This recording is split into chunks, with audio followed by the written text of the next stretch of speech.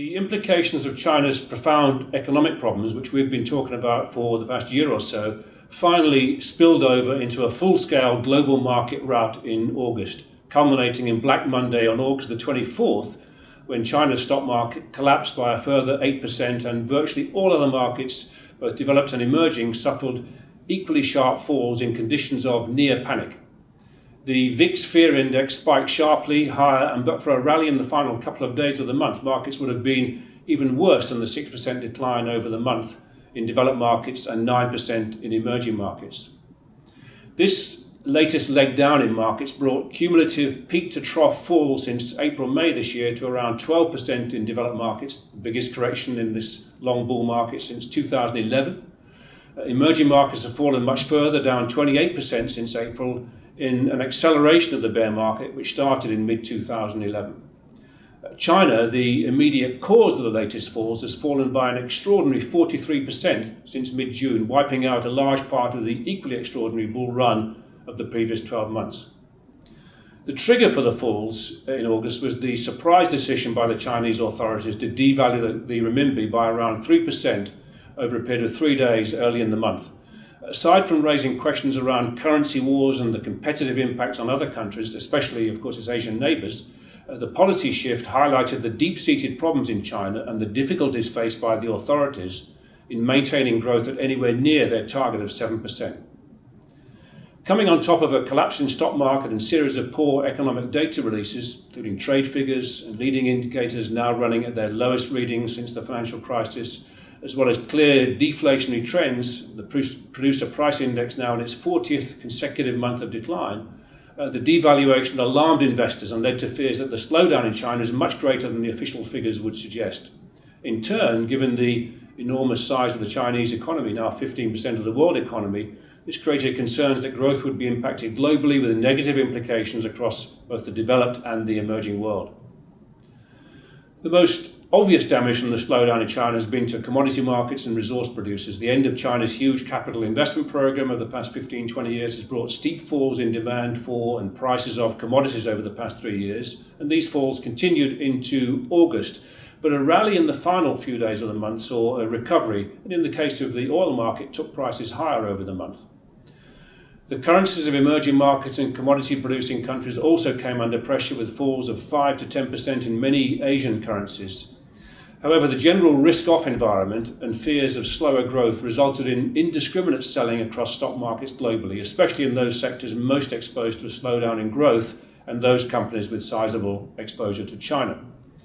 But the key question now for investors is whether the correction we're seeing signals the end of the bull market and the beginning of a major downturn, or whether this is another, albeit particularly sharp, correction in an ongoing bull market. We are firmly in the latter camp and see the setback as an opportunity to add risk and buy equities, particularly in those developed markets which have suffered steep falls in the past few weeks.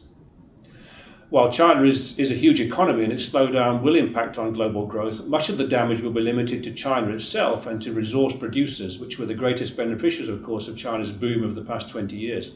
Indeed, the falls in commodity prices triggered by China's reduced demand are having and will continue to have a material beneficial impact on developed countries, keeping inflation at low levels and boosting real incomes and hence demand. This will sustain the modest growth we're seeing in developed country economies. Furthermore, China's slowdown is largely in capital spending. As we've said many times, China's investment spending boom has become unsustainable. It's resulted in a serious misallocation of capital and oversupply of productive capacity in many areas of the economy.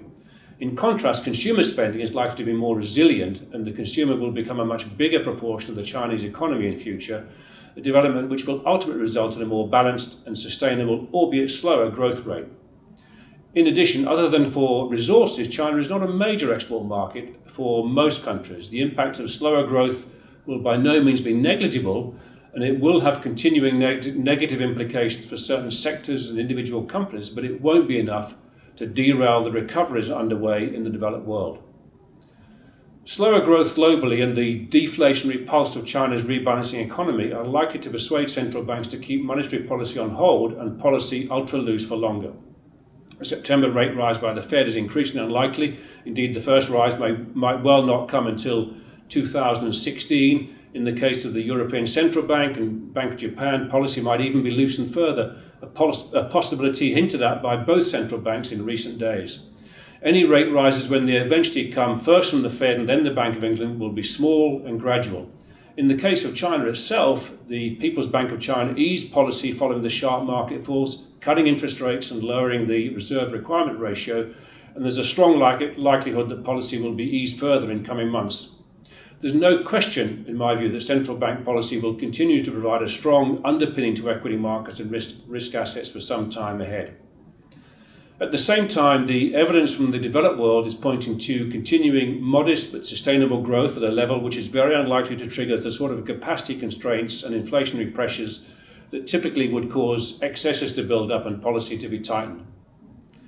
It was notable during the dramatic sell-off of risk assets in August that there was no great flight to safety. US Treasuries, the world's safest haven, saw little change in prices and interest rates, a pattern followed by other safe haven government bond markets. The US dollar, usually the beneficiary of a big market sell-off, actually weakened against the euro and the yen, while gold had a modest rally, but it couldn't be sustained as the month progressed.